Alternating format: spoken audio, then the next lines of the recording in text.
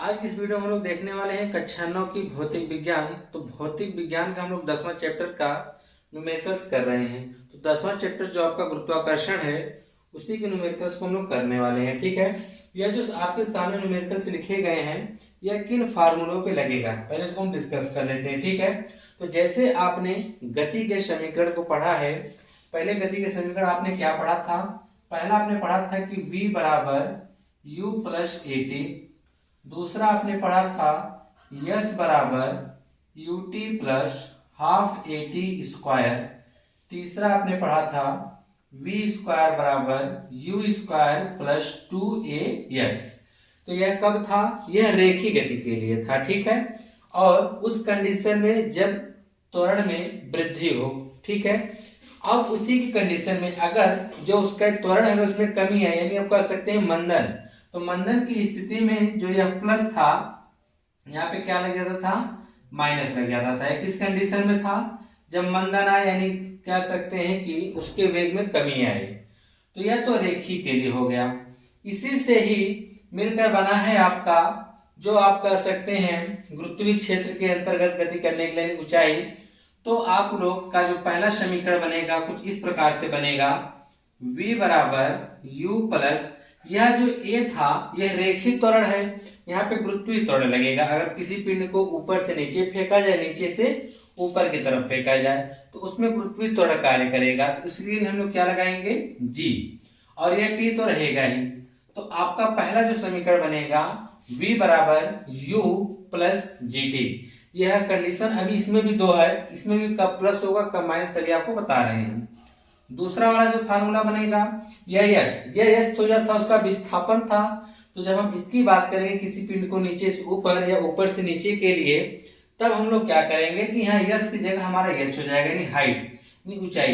H बराबर यहाँ पे आपका होगा यूटी, तो यहाँ पर भी यूटी सेम रहेगा, प्लस हाफ ए की जगह जहां जहां ए आएगा वहां वहां आप लोग को क्या रखना पड़ेगा? स्मॉल जी, क्योंकि यह रेखीय त्वरण है और यह गुरुत्वीय त्वरण है। ठीक है, तो एच बराबर आपका हो जाएगा U T plus half G T square हो जाएगा। ठीक है, और तीसरा समीकरण आपका बनेगा कि वी स्क्वायर बराबर यू स्क्वायर प्लस 2a, ए की जगह पर जी हो जाएगा। ठीक है, और यस की जगह क्या हो जाएगा? यस। यह कब? जब कोई पिंड ऊपर से स्वतंत्रता पूर्वक पृथ्वी नीचे की तरफ आ रही है। कहाँ आ रही है? नीचे की तरफ। अगर किसी पिंड को ऊपर से, अगर आप किसी पिंड को मुक्त रूप से स्वतंत्रता पूर्वक उसे छोड़ दे रहे हैं, तो वह नीचे की तरफ जब गिरेगी तो उस कंडीशन में यहाँ जो आपके जो इसके क्या कहते हैं जो चिन्ह होंगे वह प्लस में रखेंगे। ठीक है, अगर इसी के अपोजिट या प्लस में क्यों रखेंगे? क्योंकि जैसे जैसे नीचे आएगा उसके गुरुत्वीय त्वरण में वृद्धि होती चली जाएगी प्रति सेकंड, और जब वृद्धि होगी तो हम प्लस करेंगे। अब इसी के उल्टा अगर हम किसी भी चीज को नीचे से ऊपर की तरफ फेंकेंगे तो पिंड हमेशा गुरुत्वीय क्षेत्र के विरुद्ध कार्य करेगा, तो उसके त्वरण में कमी आएगी। जब उसके त्वरण में कमी आएगी तो हम यह सब क्या रखेंगे? माइनस में रखेंगे। यह माइनस में होने का कारण क्या है? क्योंकि जी माइनस होगा यह पूरा माइनस होगा, यह भी जी माइनस होगा जिसको माइनस कर देगा, यह भी जी माइनस होगा जिसको भी माइनस कर देगा। कब? जब किसी पिंड को नीचे से ऊपर फेंकेंगे तो यह जो संकेत है सब क्या हो जाएंगे? माइनस। ऊपर से नीचे फेंकेंगे यानी ऊपर से नीचे अगर स्वतंत्रता पूर्वक गिर रही है तो ये सब के सब चिन्ह क्या होंगे? प्लस होंगे। अब रेखी वाले में और इसमें क्या अंतर है? रेखी वाले में जो आपका ए होता है रेखीय त्वरण, यहाँ पे गुरुत्वीय त्वरण जी हो जाएगा, और जो आपका डिस्टेंस होता है वह हाइट के बराबर हो जाएगा। ठीक है, यही दोनों इसमें सिर्फ डिफरेंट है, बाकी सब कुछ सेम है। तो आइए अब हम लोग क्वेश्चंस को हल करते हैं। ठीक है, तो देखिए पहला क्वेश्चन क्या दिया गया है?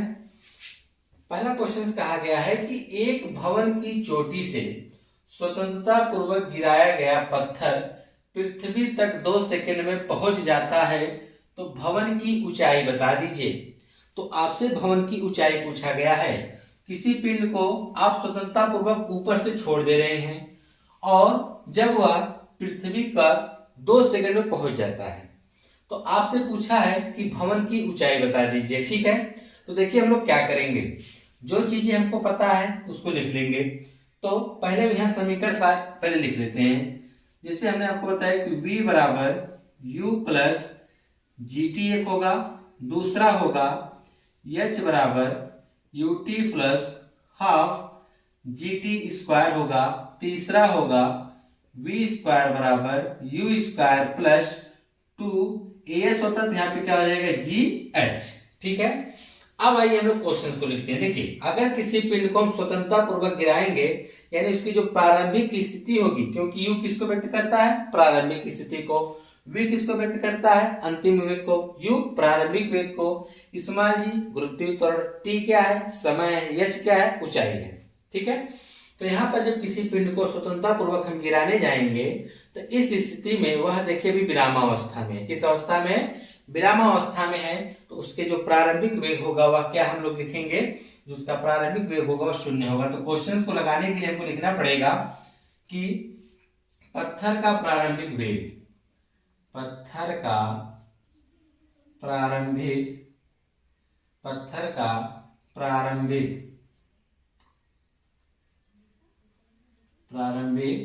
वेग, तो जिसको हम व्यक्त करते हैं किससे, यू से, वह कितना हो जाएगा, 0।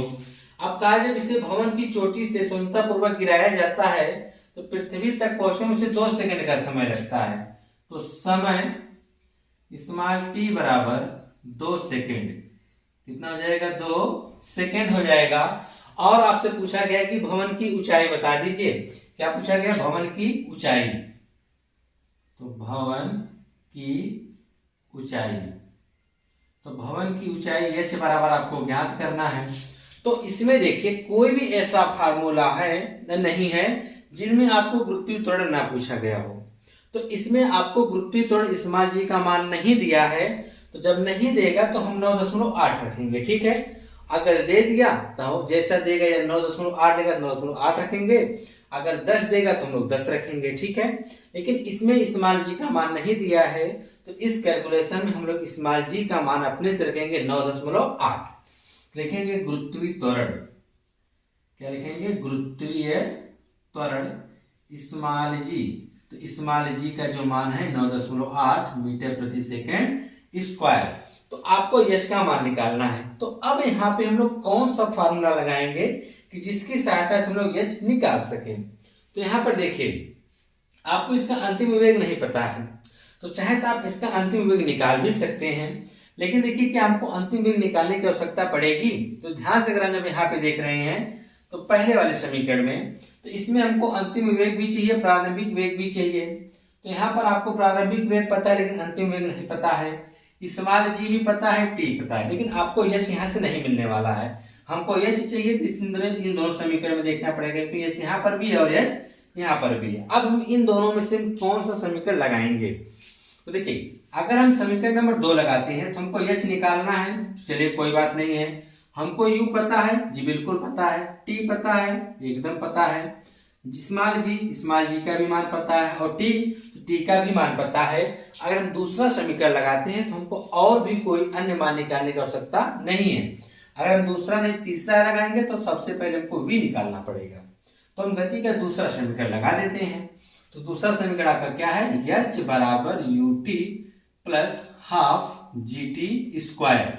अब यहाँ पे प्लस रहेगा कि माइनस, क्योंकि यह पिंड से ऊपर से गिराया जा रहा है, अगर नीचे की तरफ आएगा तो यह प्लस रहेगा, ऊपर की तरफ जाएगा तो क्या होगा, माइनस होगा। ठीक है, तो एच बराबर यू, तो यू का मान है 0, हमने 0 रखा, टी का मान 2 है तो हम 2 रख देंगे, प्लस हाफ गुणे स्मॉल जी का मान 9.8 रख देंगे यहाँ पर। ठीक है, और गुणे, अब देखिए आगे कहा है टी का स्क्वायर यानी 2 का स्क्वायर, 2 का स्क्वायर 4, डायरेक्ट लिखिए 2 का स्क्वायर 4। तो एच बराबर 0 में 2 का गुणा करेंगे तो 0 हो जाएगा, कोई मतलब नहीं है, प्लस है देखिए 2 से काट देंगे इसको, कितनी बार में, 2 बार में, कितनी बार में काट देंगे, 2 बार में से हम काट देंगे। ठीक है, जब 2 बार में काट देंगे तो यह हो जाएगा 9.8 गुणे 2, 9.8 गुणे 2 है, 0 कोई मतलब नहीं है। तो एच बराबर देंगे, या 0 तो 0 अगर इसमें जोड़ेंगे कोई मतलब नहीं होगा।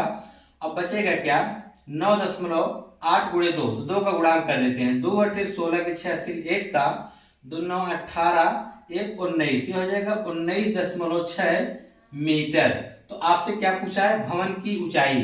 तो यहाँ पे लिख देंगे कि भवन की ऊंचाई, भवन की ऊंचाई। तो आपकी जो भवन की ऊंचाई h बराबर होगा, वह होगा 19.6 मीटर। कितना हो जाएगा? 19.6 मीटर हो जाएगा। ठीक है, आइए हम इसका दूसरा वाला क्वेश्चन करते हैं। ठीक है, दूसरा वाला देख लीजिए। ठीक है, दूसरा वाला कहा है कि एक पिंड 20 मीटर प्रति सेकंड के प्रारंभिक वेग से पृथ्वी तल से ऊपर की ओर फेंका जाता है। तो देखिए, अब यहाँ पर पिंड को नीचे से ऊपर की तरफ फेंका जा रहा है। ठीक है, वो भी इसका जो प्रारंभिक वेग आपको दे दिया गया है। कहा वह अधिक से अधिक कितनी ऊंचाई तक पहुंचेगा, और स्मॉल जी बराबर आपको दिया गया है 10 मीटर प्रति सेकंड स्क्वायर। तो देखिए, किसी पिंड को अगर हम नीचे से ऊपर फेंक रहे हैं तो वह धीरे धीरे जैसे जैसे ऊपर जाएगा उसका वेग में धीरे धीरे कमी आती चली जाएगी और वह धीरे धीरे ऊपर जाएगा। लेकिन ऊपर जाने के बाद कुछ क्षण के लिए वहां पर रुकता है, फिर उसके बाद कहाँ आता है? नीचे। तो जब नीचे से हम वेग देके ऊपर फेंक रहे हैं तो ऊपर जाने के बाद जब वह रुकेगा, इसका मतलब उसका अंतिम वेग क्या हो जाता है? शून्य हो जाता है। फिर उसके बाद पिंड कहाँ होता है? धीरे धीरे नीचे लौटने लगता है। तो हम यही कहेंगे कि पिंड को जब नीचे से ऊपर की तरफ फेंका जा रहा है तो यही कहा गया कि एक पिंड को 20 मीटर प्रति सेकंड के प्रारंभिक वेग से, इतने के वेग से नीचे से फेंक दिया गया है। तो इसका पिंड का प्रारंभिक वेग यहाँ पे हम लिखेंगे कि पिंड का प्रारंभिक वेग, पिंड का प्रारंभिक वेग जिसे हम u से व्यक्त करते हैं, वह कितना हो जाएगा? 20 मीटर प्रति सेकंड। अब देखिए, जब आपने इतने के वेग से इसको फेंक दिया तो इसका जो अंतिम वेग होगा वह 0 हो जाएगा। ठीक है, तो पिंड का अंतिम वेग, पिंड का अंतिम वेग जिसे हम व्यक्त करेंगे v से, वह कितना हो जाएगा? 0। क्योंकि जैसे जैसे पिंड को जैसे आप फेंक दिए तो धीरे धीरे इसके वेग में कमी आती चली जाती है। क्यों? क्योंकि वह गुरुत्वाकर्षण के विरुद्ध कार्य कर रहा है ना, गुरुत्वाकर्षण के विरुद्ध ऊपर जा रहा है। तो धीरे धीरे उसके वेग में कमी आएगी और एक समय ऐसा आएगा कि जब वह ऊपर जाने के बाद उसका वेग 0 हो जाएगा, फिर उसके बाद पृथ्वी से तरफ नीचे आने लगेगी। ठीक है, पृथ्वी की तरफ आने लगेगी। तो पिंड का जो अंतिम हो जाएगा 0 मीटर प्रति सेकंड। अब कहा गया कि वह अधिक से अधिक कितनी ऊंचाई तक पहुंचेगा, यानी आपसे ऊंचाई पूछा गया है। तो पिंड द्वारा प्राप्त ऊंचाई लिख सकते हैं या ऊंचाई डायरेक्ट लिख देते हैं। ठीक है, ऊंचाई जिसको हम h बराबर हमको ये क्या करना है? ज्ञात करना है। और आपको दे रखा है गुरुत्वीय त्वरण स्मॉल जी बराबर, गुरुत्वीय त्वरण स्मॉल जी बराबर आपको दिया है 10 मीटर प्रति सेकंड स्क्वायर। अब आपको यश निकालना है, तो आप कैसे निकालेंगे कि यश कितना होगा? तो उसके लिए हमने यहाँ पे समीकरण लिखे थे। क्या लिखे थे? v बराबर u प्लस gt था, दूसरा था h बराबर ut plus half gt square, तीसरा था v स्क्वायर बराबर u स्क्वायर प्लस 2gh। अब देखिए, इनमें आपको समय पता है क्या? समय नहीं पता है तो हम समय निकालेंगे भी नहीं। हमारे पास सिर्फ बच गया तीसरा समीकरण, क्योंकि तीसरे वाले में समय हमको नहीं निकालना पड़ेगा। तो आपको v चाहिए जी, बिल्कुल आपको v पता है, मतलब 0 है। u तो आपका u भी है, आपको g तो g भी पता है। यश निकालना है, एकदम परफेक्ट आपका तीसरा समीकरण लगेगा। तो इस प्रकार से पता कर सकते हैं कि कौन सा समीकरण हमको लगाना चाहिए। अगर आपको नहीं क्लियर हो पा रहा है तो आपको t निकालना पड़ेगा। तो पहले समीकरण की सहायता से आप t निकालिए, t निकालने के बाद आपको रखना पड़ेगा समीकरण नंबर 2। तो यहाँ पे दो समीकरण लगाने पड़ जाएंगे। तो इस प्रकार से जब आप चीजें लिख लेंगे तो आपको क्लियर हो जाएगा कि हमको कौन सा समीकरण लगाना है। तो यहाँ पे हम गति का तीसरा समीकरण लगा रहे हैं। ठीक है, और भी एक चीज का हम ध्यान रखेंगे, क्योंकि यहाँ पर हम लोग पिंड को नीचे से ऊपर की तरफ फेंक रहे हैं, तो जिसकी वजह से अब क्या हो जाएगा? माइनस हो जाएगा। तो आप कहेंगे कि v स्क्वायर बराबर u स्क्वायर माइनस 2gh। तो v का जो मान है वह 0 हो जाएगा, बराबर u का मान कितना है? 20, तो 20 का हम स्क्वायर कर देंगे माइनस 2 गुणे g का मान 10 है तो हम 10 रख देंगे गुणे h, तो हमको निकालना ही है। तो यह हो जाएगा 0 बराबर 20 का वर्ग 400 माइनस यह हो जाएगा 2 दहा में 20h, ये माइनस इसको इधर कर देंगे तो प्लस हो जाएगा। तो हो जाएगा 20h बराबर 400। तो आप जानते हैं 20 से अगर हम 400 को काटेंगे तो 20 बार में कटेगा, तो h बराबर आपका आ गया 20 मीटर। तो आप यही कह सकते हैं कि वह पिंड अधिक से अधिक 20 मीटर की ऊंचाई पर गया है। कितना गया है 20 मीटर की ऊंचाई पर। तो यहाँ पे आप लिखेंगे पिंड अधिक से अधिक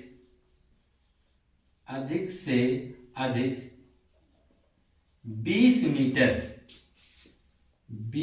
मीटर तक की ऊंचाई पर पहुंचेगा जाएगा। कितनी ऊंचाई पर जाएगा 20 मीटर की ऊंचाई तक जाएगा। ठीक है, अब इसके बाद जो आपका नेक्स्ट क्वेश्चन देखिए,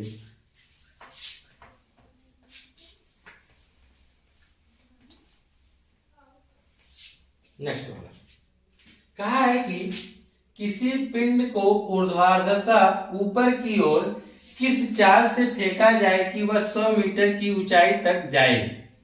देखिए, किसी पिंड को ऊपर की तरफ फेंका जा रहा है, ठीक है, और आपसे पूछा जा रहा है कि उसे किस चाल से फेंका जाए कि वह अधिक से अधिक कितने दूरी जाए 100 मीटर। यानी आपको प्रारंभिक वेग नहीं पता है और नीचे से ऊपर फेंका जाएगा तो अंतिम वेग क्या हो जाएगा 0 होगा। क्यों? क्योंकि नीचे से ऊपर की तरफ हम फेंक रहे हैं तो उसका अंतिम वेग 0 होना ही होना है। और कहा गया किस चाल से फेंके कि वह अधिक से अधिक सिर्फ 100 मीटर की ऊंचाई तक जाए। तो इसका मतलब कि जब आपने जहां से फेंका उससे 100 मीटर ऊपर जाने के बाद उस पिंड का अंतिम वेग क्या हो गया 0 हो गया। तो यहाँ पे हम लिखेंगे पिंड का प्रारंभिक वेग। तो पिंड का जो प्रारंभिक वेग u होगा वह तो हमको तो ज्ञात करना है, वही तो हमको ज्ञात करना है। कहा है ना कि पिंड को किस वेग से फेंकें, तो इसका मतलब पिंड का प्रारंभिक वेग आपको नहीं पता है, लेकिन अंतिम वेग पता है कि जब नीचे से किसी वस्तु को ऊपर की तरफ हम फेंकेंगे तो उसका अंतिम वेग 0 होगा। तो लिखेंगे पिंड का अंतिम वेग। तो पिंड का जो अंतिम वेग होगा जिसे आप v कहेंगे, यह क्या हो जाएगा 0 होगा। फिर किस चाल से फेंके कि वह 100 मीटर की ऊंचाई तक जाए, यानी उसकी ऊंचाई आपको पता चल गई है। पिंड की ऊंचाई कर सकते हैं कि पिंड कितने ऊंचे तक गया था। तो पिंड की ऊंचाई h बराबर 100 मीटर। और भी कुछ पता है आपको जी? बिल्कुल दिया है, स्मॉल g का मान 9.8 रखिएगा। तो यहाँ पर हम गुरुत्वीय त्वरण लिख देते हैं। गुरुत्वीय त्वरण स्मॉल g का मान 9.8 मीटर प्रति सेकंड स्क्वायर है। ठीक है, अब हम बात करते हैं कि इसमें हम कौन सा समीकरण लगाएंगे। तो क्या यहाँ पे आपको समय पता है? नहीं पता है। तो अब समय नहीं पता तो क्या हम तीसरा समीकरण लगा सकते हैं? तो तीसरा समीकरण आपका यही है कि v स्क्वायर बराबर u स्क्वायर माइनस 2gh। क्योंकि हमने माइनस क्यों लगाया? क्योंकि नीचे से ऊपर की ओर फेंका जा रहा है, जिसके लिए हमको क्या लगाना पड़ेगा? माइनस लगाना पड़ेगा। तो v का मान तो हमने यहाँ पे 0 रख दिया बराबर u स्क्वायर तो आपको निकालना है माइनस 2 गुणे g का मान 9.8 रखना है गुणे h का मान देखिए 100 है तो हमने यहाँ पे 100 रख दिया। तो अब देखिए आपका ये 0 का गुणा स्क्वायर करेंगे तो 0 होगा माइनस u स्क्वायर माइनस, अब हम गुणा कर देते हैं इसका। ठीक है, जब 2 का गुणा करेंगे तो अभी हमने गुणा किया 2/16 के 86 1 का 2 9 18 1 19 और 1 अंक पे दशमलव गुणे क्या हो गया 100। तो u बराबर u स्क्वायर माइनस, अब देखिए इसका जब हम 100 से गुणा करेंगे इसमें तो यह दशमलव खत्म हो जाएगा, यह हो जाएगा 1960। क्या हो जाएगा 1960। 1960 के जरा पक्षांतर कर देंगे तो आ जाएगा 1960 बराबर आपका आ जाएगा u स्क्वायर। अब इसका आपको निकालना पड़ जाएगा वर्गमूल। ठीक है, क्योंकि स्क्वायर इधर अगर क्या लग जाएगी करड़ी लग जाएगी। देखिए ये इसमें हमने 100 का गुणा करेंगे 2 0 बढ़ेगा, हम 1 अंक पे दशमलव लगाएंगे तो यानी आपका ऐसे 2 0 है, अब 100 से गुणा करेंगे तो यहाँ पे 0 दशमलव खत्म हो जाएगा और 1960 आ जाएगा। ठीक है, तो u स्क्वायर बराबर इतना, स्क्वायर को हम इधर भेजेंगे तो आ जाएगा अंडर रूट 1960 बराबर u। तो इसका प्रारंभिक वेग निकालना है तो u 1960 या तो हो गया करड़ी में, जब यह करड़ी में हो गया तो इसका मान हमको निकालना पड़ जाएगा। ठीक है, इसका मान हम किस प्रकार से निकालेंगे आइए देखते हैं। तो आपको क्या करना पड़ेगा, भाग विधि से वर्गमूल निकाल लीजिए। आप लोग बहुत निकाले होंगे भाग विधि से वर्गमूल, नहीं आता तो ध्यान से देख लीजिए। 1960 है, ठीक है, सबसे बाएं तरफ से हम लोग क्या करते हैं 2 2 का जोड़ा बना लेते हैं। ठीक है, जोड़ा बन गया। तो यह जोड़ा पहले जोड़े में क्या आया 19 आया। तो 19 के आसपास किसी संख्या का वर्ग, तो 19 के आसपास किसी संख्या का वर्ग आपको मिलेगा 16। तो एक बार 4 वहां लिखेंगे, एक बार यहाँ, फिर एक बार यहाँ। तो अब देखिए 4 चौक के 16 घटा देंगे तो यहाँ आ जाएगा 3 और इधर हम जोड़ देंगे। देखिए हमने क्या किया, हम पहले बाएं तरफ से जोड़ा बनाएंगे तो इसमें 2 का जोड़ा बनता है। तो पहले जोड़ा बना 60, दूसरा जोड़ा बना 19। तो अब 19 के पास हम किसी संख्या का वर्ग ढूंढेंगे। तो 19 के पास हमको मिल गया 16 जो कि 4 का वर्ग है। तो इसलिए हम 4 बार यहाँ लेके गए तो 4 यहाँ भी लिखेंगे और 4 चौके 16 हो गया। ठीक है, 4 4 इधर 8 जोड़ देंगे, इधर घटा देंगे। ठीक है, अब हम अगला जोड़ा उतारेंगे, आ गया 60। अब हम क्या करेंगे कि अब हम कितनी बार लेके जाएंगे, तो अब इसके लिए हमको क्या करना पड़ेगा। जैसे यहाँ पे हम 2 बार लेके जाएंगे तो 82 हो जाएगा। 82 दूना आप कर सकते हैं 164 हो जाएगा। ठीक है, तो 2 बार में नहीं 3। तो चलिए 4 बार करके देखते हैं। तो 8 है तो 4 लिखेंगे तो यहाँ पे 4 लिखेंगे, यानी हो जाएगा 84। तो 84 में हमको 4 का गुणा करके देखना पड़ेगा क्योंकि 2 बार हम 4 लिखेंगे। 4 चौके 16 86 लेख का 4 8 32 1 33 आप ले जा सकते हैं। अगर आप 5 बार ले जाना चाहेंगे तो यह 85 हो जाएगा, ये भी 85 हो जाएगा, 5 हो जाएगा। 5 25 5 80 2 का 5 8 40 2 42। 5 बार में ज्यादा हो जाए इसलिए हमको 4 लेके जाना पड़ेगा। तो यहाँ हो जाएगा 4। तो 4 से हो जाएगा यहाँ 4, तो यहाँ भी हो जाएगा। तो 4 चौके 16 के 86 लेख का 4 8 32 1 33। इसको हम जोड़ देंगे तो यहाँ पे आ जाएगा 4 और यहाँ हो जाएगा 5 में से 3 घटाएंगे तो 2, यहाँ जोड़ देंगे कितना हो जाएगा 88। अब हमको देखिए अभी नहीं कटा तो हम यहाँ पे दशमलव जब लगाएंगे तो यहाँ पे डबल जीरो बढ़ जाएगा। 100 नहीं बल्कि कितना बढ़ेगा, डबल जीरो बढ़ जाएगा। अब उसके बाद हमको कितनी बार लेके जाना पड़ेगा वो देखिए, यह हो गया 88। तो जब 88 हो गया तो अब हमको क्या करना पड़ेगा, 8 तरीके 24, 3 बार नहीं लगभग 3 बार करके ट्राई करके देखते हैं कितना आता है। 3 तरीका 9, 3 बटे 24 के 4 80 2 का 3 बटे 24 और 24 2 कितना हो जाएगा 26। तो ये 3 बार में ज्यादा हो जा रहा है तो बल्कि हमको 2 ही बार ट्राई करनी पड़ेगी। ठीक है, तो यहाँ पे हम 2 ही बार लेके जाते हैं, देखते हैं 2 बार में कितना आता है।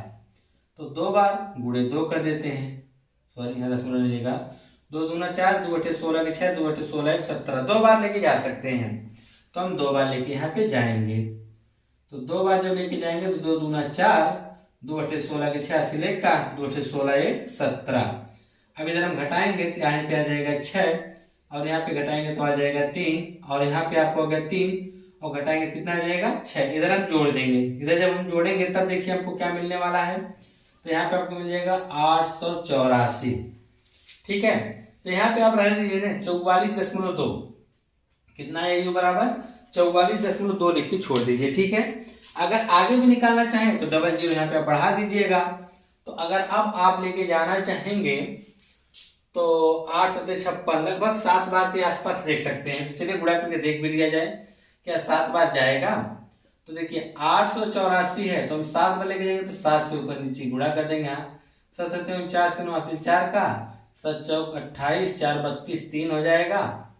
7 बटे 56 3 59 हासिल 5 हो जाएगा और 7 बटे 56 5 61। तो लगभग 7 बार हम लेके जा सकते हैं। यहाँ पे आपका हो जाएगा 7 यानी 44.27 कितना आएगा 44.27 कर दीजिए, 44.2 करके ही छोड़ दीजिए। ठीक है, तो यहाँ पे हम 44.27 बार लेके गए हैं। तो यहाँ पे आप लिख सकते हैं कि u बराबर 44.27 सेंटीमीटर, सॉरी सेंटीमीटर नहीं वेग है ना, और इसका जो वेग का मात्रक होगा मीटर प्रति सेकंड होगा। क्या होगा मीटर प्रति सेकंड। तो आपसे क्वेश्चन में पूछा गया ना किस वेग से फेंका जाए किस चाल से, तो लिखेंगे पिंड को ऊर्ध्वाधर पिंड को 44.27 मीटर प्रति सेकंड की चाल से फेंकना होगा। की चाल से क्या करना होगा, फेंकना होगा। ठीक है, तो यह हो गया आपका क्वेश्चन नंबर 3। अब आइए देखते हैं क्वेश्चन नंबर 4। कहा है कि एक गेंद 78.4 मीटर की ऊंचाई से गिराई जाती है उस गेंद को पृथ्वी पर पहुंचने में कितना समय लगेगा। किसी गेंद को 78.4 मीटर की ऊंचाई से गिराई जाती है। फिर कहा कि उस गेंद को पृथ्वी पर पहुंचने में कितना समय लगेगा, यह पहला क्वेश्चन। फिर पूछा कि पृथ्वी से टकराते समय इसकी चाल क्या होगी। जिस समय वह गेंद पृथ्वी से टकरा रही थी उस समय उसकी चाल क्या थी। ठीक है, आपको दो क्वेश्चन में बताना है। पहला कि उस गेंद को पृथ्वी तक पहुंचने में कितना समय लगा, दूसरा कि उस पृथ्वी से गेंद को टकराते समय उसकी चाल कितनी होगी। तो चलिए इसको किस प्रकार से लगाएंगे, देखिए चौथे वाले को। तो आपको पता है किसी गेंद को 78.4 मीटर की ऊंचाई से गिराया जाता है। ठीक है, तो आपको ऊंचाई दे दिया गया है, लिख दीजिए यहां पर ऊंचाई h बराबर 78.4 मीटर। अगर किसी गेंद को हम ऊपर से नीचे की तरफ गिरा रहे हैं तो इसका मतलब प्रारंभिक वेग उसका क्या है, 0 है। तो उसका जो प्रारंभिक वेग हम लिखेंगे यहाँ पर, प्रारंभिक वेग u बराबर यहाँ पे क्या हो जाएगा, 0 हो जाएगा। और आपसे पूछा गया है कि उस गेंद को पृथ्वी तक पहुंचने में कितना समय लगेगा, यानी आपको यहाँ पे निकालना पड़ेगा समय t बराबर आपको निकालना पड़ेगा। लेकिन यहाँ पे आपको दे दिया गया स्मॉल जी। तो स्मॉल जी यानी गुरुत्वीय त्वरण, जिसको आप क्या बोलते हैं, गुरुत्वीय त्वरण, स्मॉल जी। स्मॉल जी बराबर 9.8 मीटर प्रति सेकेंड स्क्वायर। अब यहाँ पे आप कौन सा फार्मूला लगाएंगे यह देखने वाली बात है। ठीक है, तो आप बेशक, क्योंकि इसमें आपको अंतिम वेग तो पता नहीं है, जब अंतिम वेग नहीं पता होगा तो हमको दूसरा लगाना पड़ेगा। क्यों, देख लीजिए। पहला है v बराबर u plus G T, h बराबर U T plus half G T square. तीसरा है v स्क्वायर बराबर यू स्क्वायर प्लस 2gh। फार्मूले को बार बार लिखिए, बार बार लिखेंगे तो आपको याद रहेगा। नीचे के लिए प्लस, ऊपर के लिए माइनस, क्योंकि ऊपर से नीचे गिर रही इसलिए यहाँ पे सभी के मान क्या होंगे, प्लस होंगे। तो कौन सा फार्मूला लगाना पड़ेगा हमको, तो हमको देखिए इसमें t पता है लेकिन हमको v नहीं पता है, u पता है लेकिन v नहीं पता है। तो v किसमें किसमें आता है, पहले में और तीसरे में। तो हम v नहीं निकालेंगे, हम दूसरे से निकालेंगे इसको, क्योंकि हमको t ही निकालना है। और दूसरे वाले में भी हमको t मिल जा रहा है लेकिन उसमें v नहीं है। तो हम h बराबर लिखेंगे, h बराबर U T plus half G T square. तो h का मान है 78.4, तो यहाँ हमने रख दिया। बराबर u का मान है 0, तो 0 गुणे t तो निकालना है, गुणे t हो जाएगा, प्लस हाफ गुणे g का मान 9.8, तो 9.8 गुणे t स्क्वायर रहने दीजिए, है 0 हो जाएगा पूरा, तो हो जाएगा 78.4 बराबर 1/2 गुणे 9.8 गुणे टी स्क्वायर। 2 को इधर भेज दीजिए, गुणा हो जाएगा। जब 2 को इधर में भेजेंगे तो यह गुणा हो जाएगा, 4 दूनी 8, 8 दूनी 16 के 86 लेख का, 7 दूनी 14 1 15, और एक अंक पे क्या लग गया, दशमलव, बराबर 9.8 गुणे टी स्क्वायर। इसको इधर भेजेंगे तो बटा हो जाएगा 156.8 बटा 9.8 बराबर यहाँ पे आपका हो जाएगा टी स्क्वायर। एक अंक से दशमलव क्या हो गया, खत्म हो गया। अब 1568/98 हो गया। ठीक है, तो 1568/98 हो गया। अब इसे हमको काटना है, तो पहले हम 2 से काट देते हैं। हम 2 से इसको जब काटेंगे ना तो ये 784 आएगा। 2 से इसको काट दीजिए, 2 सत्ते 14 हो गया, 1 से बचा हो गया 16, 2 अठे 16, 2 दूना 4। इसको हम 2 से काटेंगे तो यह हो गया 49, बराबर में क्या है, टी स्क्वायर है। अब इसको हम किसी और से काट सकते हैं, जी बिल्कुल, आप 7 से काट सकते हैं। 7 से अगर आप इसको काटेंगे तो 7 एक काम 7 हो जाएगा, 7 एक काम 7 होगा, 7 दूनी 14 हो जाएगा, 112 आ जाएगा। ठीक है, और यह कितना हो जाएगा, 7 हो जाएगा। तो चलिए काट देते हैं। अगर हम 7 से काटते हैं, 7 एक काम 7, 7 एक काम 7 एक हो जाएगा, 7 दूनी 14, फिर 7 से काटते हैं तो 7 हो गया। फिर क्या है, 7 से कट सकता है, तो काटेंगे जब तो यह होगा 7 एक काम 7, 7 एक काम 7 हो गया। अब बचा कितना, 4 हो गया 42, 7 6 42, आ गया 16 बराबर टी स्क्वायर। 16 भी किसी का स्क्वायर होगा, किसका, 4 का। तो 4 का स्क्वायर बराबर टी का स्क्वायर, स्क्वायर से स्क्वायर खत्म हो गया, तो टी बराबर आपका आ गया 4 सेकेंड। टी बराबर आपको क्या मिल गया, 4 सेकेंड। यानी उस गेंद को पृथ्वी तक पहुंचने में 4 सेकंड का समय लगेगा। लेकिन अभी पूछा है कि पृथ्वी से टकराते समय इसकी चाल क्या होगी, यानी इसकी अंतिम वेग क्या होगा। अभी और भी आपको बताना है। तो यहाँ पे आपने टी बराबर 4 निकाल लिया ने।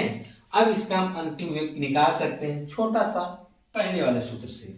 क्यों, क्योंकि आपको v बताना है ने, तो आपको u पता है, g भी पता है और t तो आपने निकाल ही लिया है। तो हम पहले समीकरण से इसको लगा देंगे। इसको मिटा दे रहे हैं, ये वाला पार्ट हम मिटा दिए हैं। अब देखिए, अब दूसरा जो पूछ रखा है इसने कि इसका अंत चक्राने से पहले क्या इसकी चाल क्या होगी, तो v बराबर u प्लस जी टी। तो v का तो मान हमको निकालना है, बराबर u का मान क्या था, 0 था, प्लस g का मान 9.8 गुणे t का मान हमने निकाला है 4 आया था। तो v बराबर 0 को कोई मतलब नहीं, 4 का गुणा करिए, 8 चौक के 32, 2 80 3 का, 9 3 27 3 31, तो आगे 31.2 वेग है, इसलिए क्या हो जाएगा, मीटर प्रति सेकंड। तो इसका आप जवाब दे सकते हैं, नीचे लिख सकते हैं कि उस गेंद को पृथ्वी तक पहुंचने में 4 सेकंड का समय लगेगा, तथा पृथ्वी से टकराते समय जो इसकी चाल होगी वह 31.2 मीटर प्रति सेकंड होगी। ठीक है,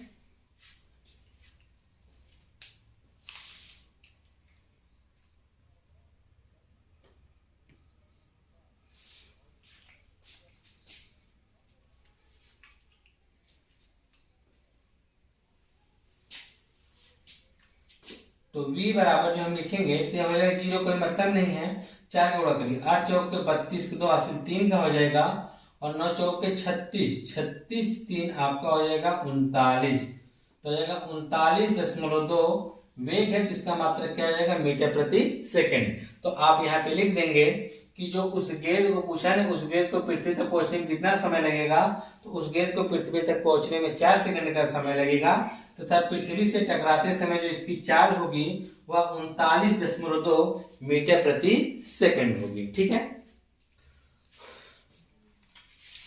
पांचवा प्रश्न कहा है कि एक गेंद ऊर्ध्वाधर दिशा में ऊपर की ओर 49 मीटर प्रति सेकंड के वेग से फेंकी जाती है, परिकलन कीजिए।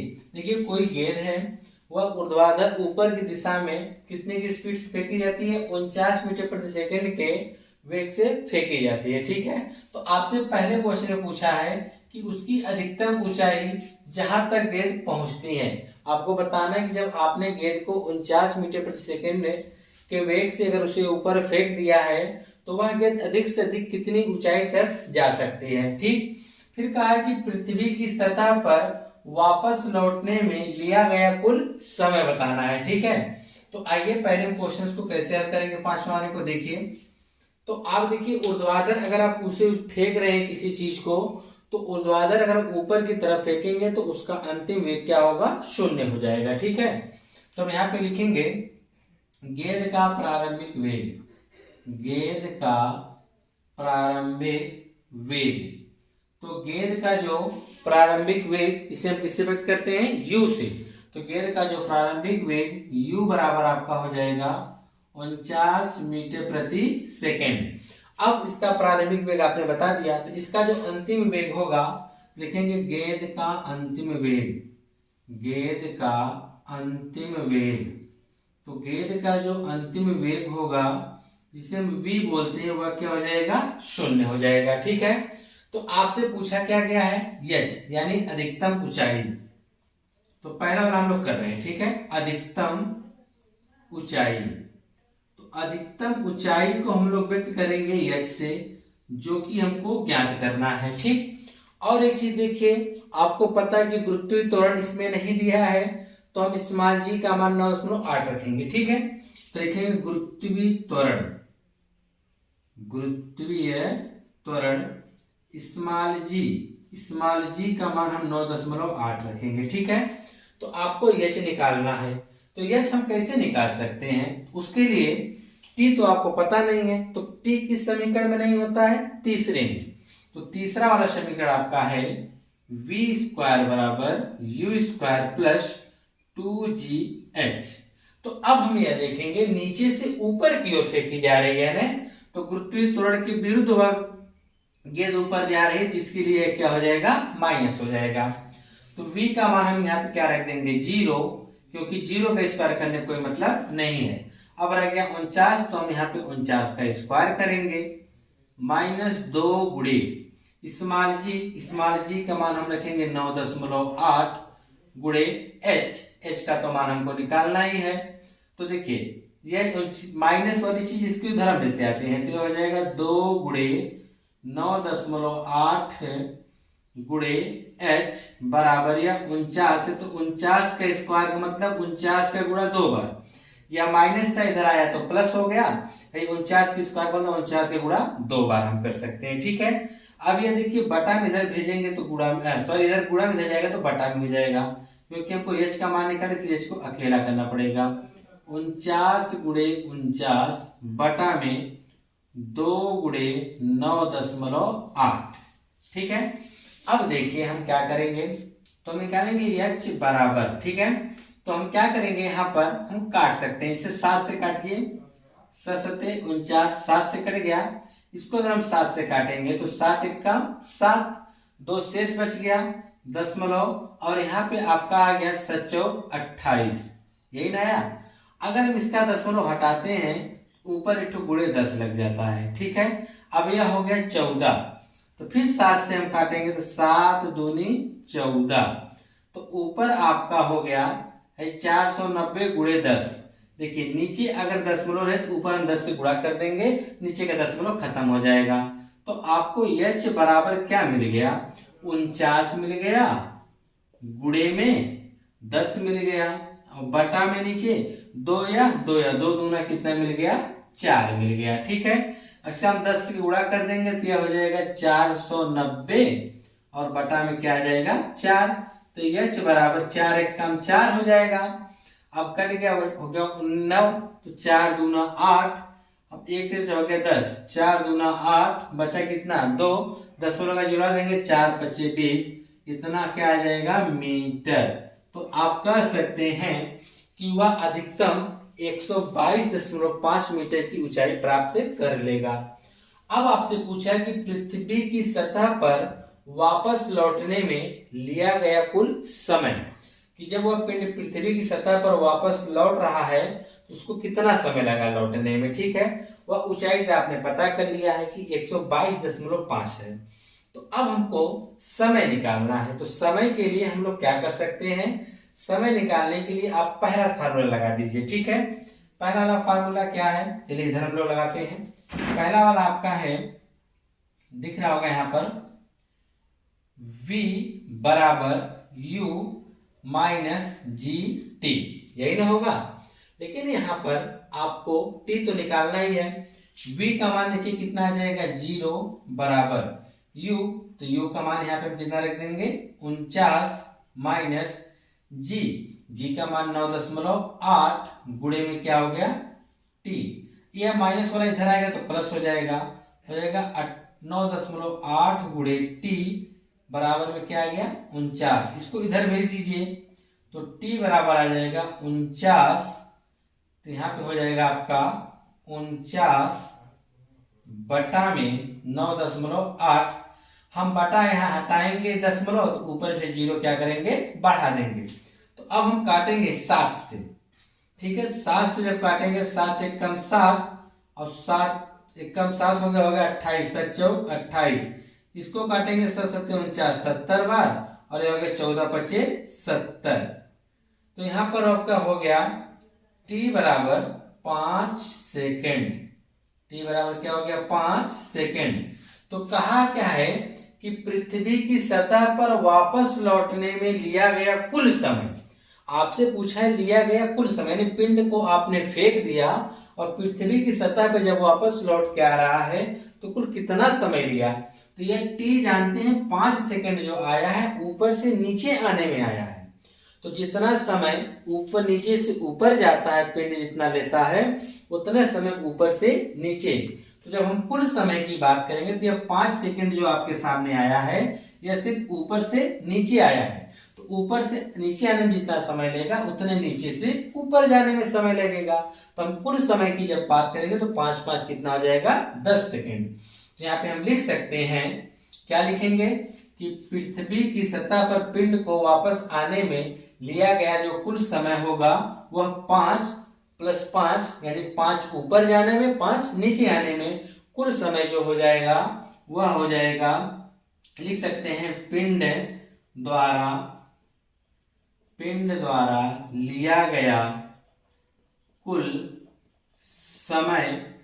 तो यहाँ पे जो कुल समय होगा वह 5 + 5, 5 जाने में 5 आने में मिला के कितना हो जाएगा 10 मिनट हो जाएगा। कितना हो जाएगा, सॉरी 10 सेकंड होगा, मिनट नहीं बल्कि क्या होगा सेकंड होगा, या क्या हो जाएगा 10 सेकंड हो जाएगा। ठीक है, अब इसी के साथ इसका हम छठा वाला भी क्वेश्चन देख लेते हैं, सेम इसी तरह से है। ठीक है, आइए उसको भी कर लिया जाए।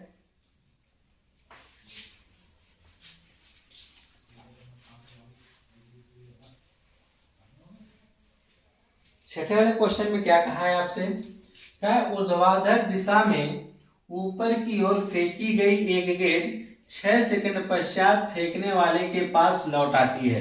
कहने का मतलब क्या है, जब किसी गेंद को आपने यहाँ नीचे से ऊपर फेंका तो ऊपर जाने और वापस आने में, यानी कहा है ना कि ऊर्ध्वाधर दिशा में ऊपर की ओर फेंकी गई गेंद 6 सेकंड पश्चात फेंकने वाले के पास आ जाती है। यानी इसका मतलब 6 सेकंड में ऊपर जाना और आना दोनों काम हुआ, यानी 3 सेकंड में ऊपर गई और 3 सेकंड में नीचे आई, यानी 3-3 सेकंड आपने डिसाइड कर लिया कि 3 सेकंड में ऊपर गई और 3 सेकंड में नीचे आई, इसीलिए टोटल मिला के कितना हुआ है 6 सेकंड। तो कहा है ज्ञात कीजिए यह किस वेग से ऊपर फेंकी गई, गेंद द्वारा पहुंची गई अधिकतम ऊंचाई, फिर कहा 4 सेकंड बाद गेंद की स्थिति। आपसे 3 प्रश्न पूछ दिया गया है और बहुत ही बढ़िया क्वेश्चन है, ध्यान से देखिएगा। क्वेश्चन में कहा गया कि एक कोई गेंद है जिसे आप नीचे से ऊपर की तरफ फेंक रहे हैं, ठीक है, ऊर्ध्वाधर ऊपर की तरफ। तो गेंद नीचे से ऊपर गई और ऊपर से नीचे आई, तो दोनों मिलाकर वह 6 सेकंड का समय लिया है। तो अब इसके पहले वाले में आपने क्या लगाया कि गेंद जितना ऊपर जाती है जितना समय लेती है उतना समय नीचे आने में, तो टोटल 6 सेकंड है। इसका मतलब 3 सेकंड जाने में और 3 सेकंड आने में, तभी मिला के 6 सेकंड हुआ है। तो कहा कि यह गेंद किस वेग से ऊपर फेंकी गई, पहला प्रश्न। दूसरा प्रश्न कि जब आप इसको फेंके होंगे तो यह कितनी ऊंचाई तक पहुंची होगी। तीसरा कि 4 सेकंड बाद गेंद की स्थिति क्या होगी। तो पहला हम लगाते हैं, देखिए किसी ऊर्ध्वाधर दिशा में जब हम फेंकेंगे तो उसका अंतिम वेग क्या होगा 0 होगा, और प्रारंभिक वेग आपसे पूछा ही है, तो लिखेंगे गेंद का प्रारंभिक वेग, गेंद का प्रारंभिक वेग जिसे हम u बोलेंगे वह तो हमको ज्ञात करना है, वह हमको क्या करना है ज्ञात करना है, ठीक है। और इसका जो अंतिम वेग होगा वह 0 होगा। गेंद का अंतिम वेग, तो गेंद का जो अंतिम वेग v होगा वह क्या होगा 0 होगा।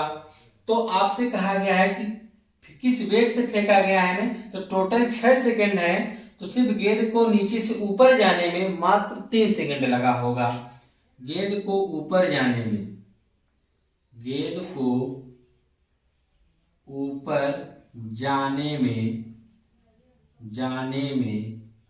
लगा समय t बराबर, हम यहाँ पे क्या लिखेंगे 3 सेकंड। सिर्फ हम जाने की बात कर रहे हैं और यह जाने आने दोनों का दिया है, ठीक है। अब उसके बाद देखिए गुरुत्वीय त्वरण, आपको तो कॉमन सी चीजें लिख देंगे। गुरुत्वीय त्वरण स्मॉल g, इसका जो मान होगा 9.8 मीटर प्रति सेकंड स्क्वायर होगा। तो आपको क्या निकालना है, आपको निकालना है u। तो हम u किस प्रकार से निकालेंगे, ठीक है। तो u निकालने के लिए हम लोग गति का पहला भी समीकरण लगा सकते हैं, क्योंकि आपको v बराबर u प्लस gt होता है, तो हम आसानी से निकाल सकते हैं पहले समीकरण से, ठीक है। तो हम लिखेंगे v बराबर u, देखिए नीचे से ऊपर फेंकेगी इसलिए माइनस होगा, माइनस gt, ठीक है। तो v का मान हमने यहाँ पे 0 रखा बराबर u का मान तो हमको निकालना ही है माइनस g, तो g का मान 9.8 आया है गुणे t का मान कितना है 3 है। तो इस चीज को इधर हम कर देते हैं क्योंकि माइनस इधर आके क्या हो जाएगा प्लस, तो हो जाएगा 98.3 बराबर u। तो हम निकालेंगे u बराबर 9 त्रिक कितना 8 त्रिक 24 की 4 हासिल 2 का और 9 त्रिक 27 2 29, तो यह हो जाएगा 29.4, कितना हो जाएगा 29.4 और यह वेग है इसलिए इसका मात्रक क्या हो जाएगा मीटर प्रति सेकंड, यानी गेंद को 29.4 मीटर प्रति सेकंड के वेग से ऊपर फेंकी गई। तो हम यहाँ पे u का मान हम यहाँ पे लिख के रख लेते हैं कि हमने u का मान कितना निकाला है 29.4 मीटर प्रति सेकंड। ये आगे क्वेश्चन में जो पूछे गए दोनों इनमें काम करेगा, ठीक है। तो आपने इतना कर लिया, अब हमको दूसरा वाला पार्ट लगाना है कि गेंद द्वारा जो यहाँ पे लिख लेते हैं u का मान 29.4 मीटर प्रति सेकंड, ठीक है। यह दूसरा वाला हम लगाने अब जा रहे हैं। तो दूसरा वाले में लगाने के लिए हमको यह फार्मूला चेंज करना पड़ेगा, ठीक है। आइए देखिए यहाँ पे हम क्या लगाएंगे। आपसे पूछा गया है गेंद द्वारा अधिकतम ऊंचाई यानी h का मान, तो h बराबर आपने फार्मूला क्या जानते हैं ut minus half gt square, यही नहीं जानते हैं। तो हम ये देखेंगे 3 सेकंड में कितनी ऊंचाई उसने प्राप्त किया है। तो h बराबर हमको निकालना ही है u, तो u का जो मान है u का मान आपने कितना निकाला है 29.4 गुणे t कितना है 3 माइनस 1/2 गुणे स्मॉल जी 9.8 रखे यहाँ पर गुणे टी स्क्वायर का मतलब 3 का स्क्वायर कितना हो जाएगा 9 हो जाएगा, 3 का स्क्वायर कितना हो जाएगा 9 हो जाएगा। तो h बराबर गुणा करना पड़ेगा 4 3 12 के 2 हासिल 1 का 9 3 27 1 28 2 का 3 2 6 2 8, ठीक, एक अंक पे दशमलव माइनस। अगर हम इसे इधर देखें तो 9 8 72 यही ना होगा, 9 8 72 के 2 हासिल कितने को होगा 7 का 9 81 81 7 कितना जाएगा 88 और एक अंक पे दशमलव यहाँ पे लगा है और बटा में क्या आ जाएगा 2। जब 2 से हम भाग कर देंगे तब देखिए क्या होगा 88.2, 2 से हम भाग करेंगे तो आ जाएगा 4 4.1। देखिए इसका यह 2 गुना है, इसका यह क्या है 2 गुना है। तो h बराबर जब हम घटाएंगे सीधी सी बात है 2 में से 1 जाएगा 1 और 88 में से 44 घटाएंगे तो क्या आएगा 44। तो उसकी जो अधिकतम ऊंचाई है वह 44.1 मीटर की है। उसकी जो अधिकतम ऊंचाई है वह कितना आएगी 44.1। पूछा ना गेंद द्वारा पहुंची अधिकतम ऊंचाई, तो वह कितना आएगी 44.1 मीटर की होगी, ठीक है, यह अधिकतम ऊंचाई होगी। अब आपसे तीसरा पूछा गया कि 4 सेकंड बाद गेंद की स्थिति क्या होगी।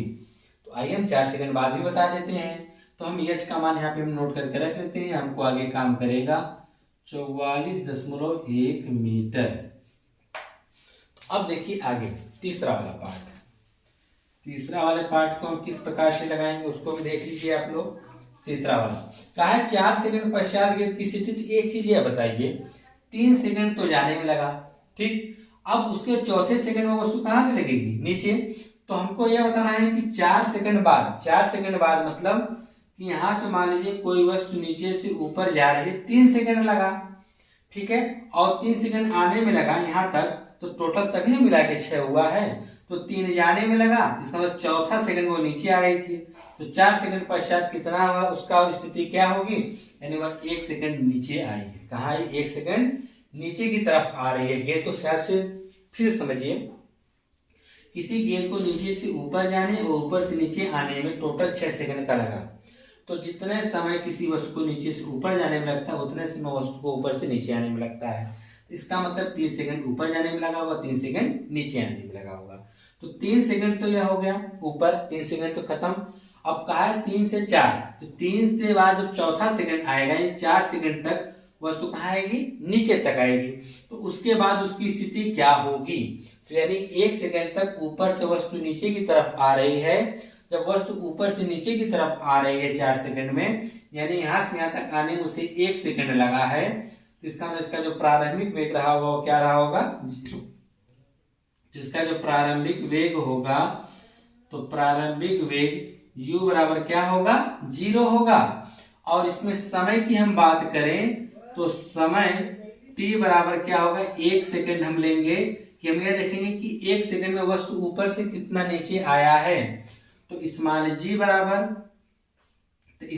बराबर हम क्या रखेंगे, 9.8 मीटर प्रति सेकंड। हमको यह देखना है कि h बराबर, क्योंकि जो उसकी ऊंचाई कितना नीचे वह आई है, ऊंचाई h बराबर हमको ये क्या करना है, ज्ञात करना है। तो हम कैसे लगाएंगे इसको, तो गति के दूसरा समीकरण का इस्तेमाल हम कर सकते हैं। h बराबर ut प्लस लगेंगे क्योंकि ऊपर से नीचे आ रही है, ut plus half gt square gain होगा। तो h बराबर u का मान है देखिए 0 में हम t का गुणा करेंगे तो कोई मतलब नहीं होगा, प्लस 1/2 गुणे g का मान हम रखेंगे 9.8 गुणे t स्क्वायर मतलब 1 का स्क्वायर करेंगे तो 1 ही रहेगा। हाई टोटल मान क्या हो जाएगा, 0 हो जाएगा, ये दोनों क्या हो जाएंगे 0। और 2 से अगर हम 9.8 को काटेंगे तो आएगा 4.9। तो h बराबर आप कह सकते हैं कितना आया, 4.9 के गुणा करेंगे क्या आएगा, 4.9 मीटर। इसका मतलब कि यह जो गेंद है इतना ऊपर से नीचे कितना आया है, 4.9 मीटर क्या आ गया है नीचे। तो पूछ रहा है कि 4 सेकंड पश्चात उसकी स्थिति क्या होगी।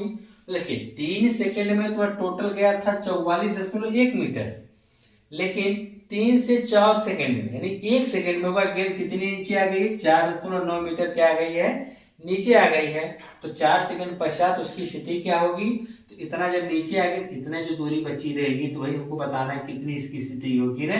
तो टोटल है 44.1, अगर इतना नीचे आ गई तो नीचे जितना हम घटा देंगे तो जो बचेगा वही गेंद की स्थिति कहलाएगी। देखेंगे 4 सेकंड पश्चात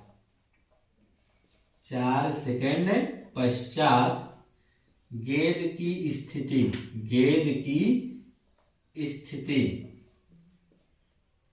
तो गेंद की जो स्थिति होगी तो वह देखिए क्या होगी, टोटल कितनी थी 44.1, उसमें से नीचे कितना आ गई है 4.9। तो 44.1 में से हम 4.9 जब घटाएंगे तो यह आ जाएगा 2, यहाँ आएगा 9, यानी 39.9 आ जाएगा, 39.9 मीटर। यानी वह गेंद अभी भी 39.9 नीचे से ऊपर, यानी आप कह सकते हैं वह जो गेंद है वह 39.2 मीटर की ऊंचाई पर अभी है। कब, 4 सेकंड पश्चात। इस प्रकार से आप लोग और भी क्वेश्चंस कर सकते हैं। इसके जो बचे हुए क्वेश्चंस इसको हम अगली वीडियो में आपको बता देंगे।